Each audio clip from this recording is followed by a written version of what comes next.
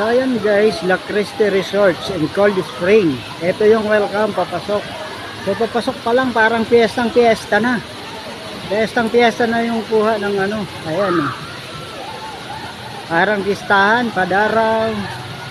Ayan, ang ganda. Ang ganda ng kanilang ano. So ayan, ayan may ilaw. Siguro ang mas maganda yan pag gabi. Nakikita natin. So ayan guys. Yan ang welcome ng ano. Dito tayo sa Barangay Anyog.